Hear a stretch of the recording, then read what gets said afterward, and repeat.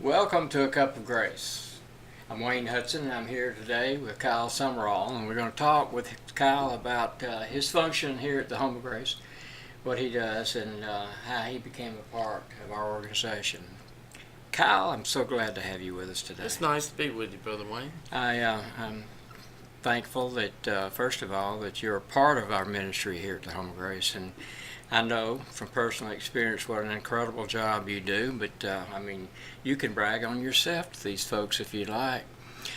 Tell me this. How did you come to the Home of Grace? Well, I came through the program in 2010 after years of being addicted to alcohol, drugs, probably from 16 years old till I was 30-something with addiction, and decided to come into Home of Grace in 2010. It changed my life. I went on from this program to Heartland Men's Recovery Center in Northeast Missouri. I did an 18-month program there and became their admissions director for about 4 years. If I may, let me interrupt just for a minute and ask you a question. All right. A lot of people have never heard of Heartland. Can you tell them just a little bit about Heartland and how they operate and what they're all about? Well, it like I said, was an 18-month program. You worked a full-time job while you were in their program, so you were able to pay fines, child support if you owed, those kind of things. What type of job? Heartland started out as the largest cow dairy in Missouri. Really? So most people milk cows Uh-huh. when they went to Heartland. Yeah. I was actually in construction while I was there. It's quite a community and a recovery center that had So all it's kinds almost of like a different jobs. small town. It is. It's a Christian community, actually. Wow. Okay. So they have everything so that you really never have to leave there? Well, you may need to run to Walmart every now and then. Everybody needs to run to yeah. Walmart, yeah. Most definitely. Okay. But I ended up coming from Heartland after being there for about 6 years. Was asked to come back to work here, which is my hometown. I'm from here on the coast where Home of Grace is, which was fortunate. I've been here about 2.5 years now. This is where my family's from too, so it's been an awesome experience being able to come back to home and stay in the ministry. Where I do admissions here, same thing I did up at Heartland. Okay. And you did this same job at Heartland? Yes, sir. Okay. How long did you were you in admissions at About Heartland? 4.5 years. So you came to us here at the Home of Grace with a lot of experience. Well, I'd say a little bit, yeah. Okay. Well, you don't have to be so humble.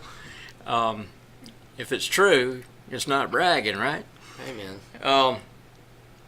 I want you to just kind of take us through the process from the time that the phone rings, and of course our receptionist answers typically, and she says, "Kyle," and then you pick up, okay? Tell us what happens. Normally, it's most of the time it's a family member reaching out to find out about our program, to see about getting their loved one into our program. Okay, I'm sorry No, to keep go ahead. interrupting you, but what are some of the typical questions? And I know you can name probably 5 or more that are everybody has a tendency to ask. Most of the time, it's how much is your program? Which is which what? is $3,000. That's due upon being admitted. Explain. It actually costs over $6,000 to put someone through our 90-day program. But we have a scholarship fund from different events we do throughout the year to raise money for people that donate money to Home of Grace, that believe in Home of Grace. So that cuts the cost in half to $3,000. So that is some financial help that's offered for each client. Some of the other questions we get are, what is your success rate? Which it varies different times of the year, I think. That, if I may say so, is like nailing Jello to the wall. Amen. Because there's no way that we can.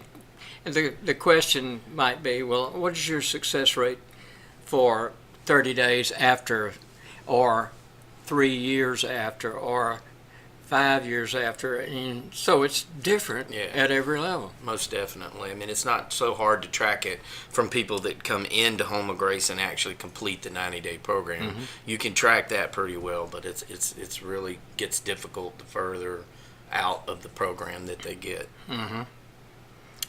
And one of the other most common questions. Do you take people on psych meds, mood altering medications? And we do not, because we're not a medical facility, being a faith-based program. We're just not equipped with doctors and psychiatrists and things like that are able to monitor those type medications. But we do have a clinic, right? We do have a doctor's clinic here on site. They treat things from minor cuts to rashes to colds. I mean, thank goodness we do have volunteer nurses and doctors that come here and give up their time to help try to treat our guys that have regular ailments, I would say, I guess. That'd be another good volunteer position for somebody if It they're would. out there and have some extra time, would Yeah, it not? definitely. Okay. You work in that department all alone? I do not. I have a co-worker. Her name's Becky. Uh-huh. She does admissions with me. It's just me and her that do admissions. Fortunate to work with Becky. She's a good co-worker. She's made things easy for me when I came here to Home of Grace. Okay. If you had if you had a message for a person who's sitting at home today, what would it be that they should do as far as to prepare someone to come into our program? I would say the first thing you'd want to do is sit them down and talk with them and make them understand that they need to reach out and get some help. Second step would be to call us, call our receptionist, get an application in to us so we can get the ball rolling to get them in here and get them some help. Okay. First thing they're going to need to do most likely is be detoxed, because you do have to be able to go straight to class when you get here. You have to be over the detoxing type part of recovery. I know I passed by your office a lot of times, or Becky's office, and the door was open, and I've heard both of you say this. Well, the first thing you need to do is go to the website and Fill out an application. There you go. Under Get Help Now. Yeah, So Once they submit that application, we'll call you, go over the application, make sure that you're not on any medications that we don't allow, that you are to the point where you can go straight to class when you get here, and then we'll get you on the schedule. But really, nothing happens until you get an application. Nothing happens until we receive an application. We have to know what we're looking at before we can act on it. Okay. When you're talking to someone back home, typically that might be a wife or a husband in some cases, because we have a women's facility as Yes, well. sir. Could be a mother or a dad or a grandmother. Grandparent. It can be anybody, right? That's right. And when you're talking to them, and for whatever reasons, either it's an unwillingness on the part of the potential resident to come on in at that particular time, whatever the reason may be for that person not coming right away, what words of encouragement would you offer them? You mean for the family member or for the person For the family themselves? member, yeah. Just do your best to try to, make them understand that they need to get help. Don't be an enabler. You don't want to do that. You don't want to help them further along in their addiction if you can keep from that. We understand that family members do care about their loved ones, but you don't want to enable them at the same time. Okay.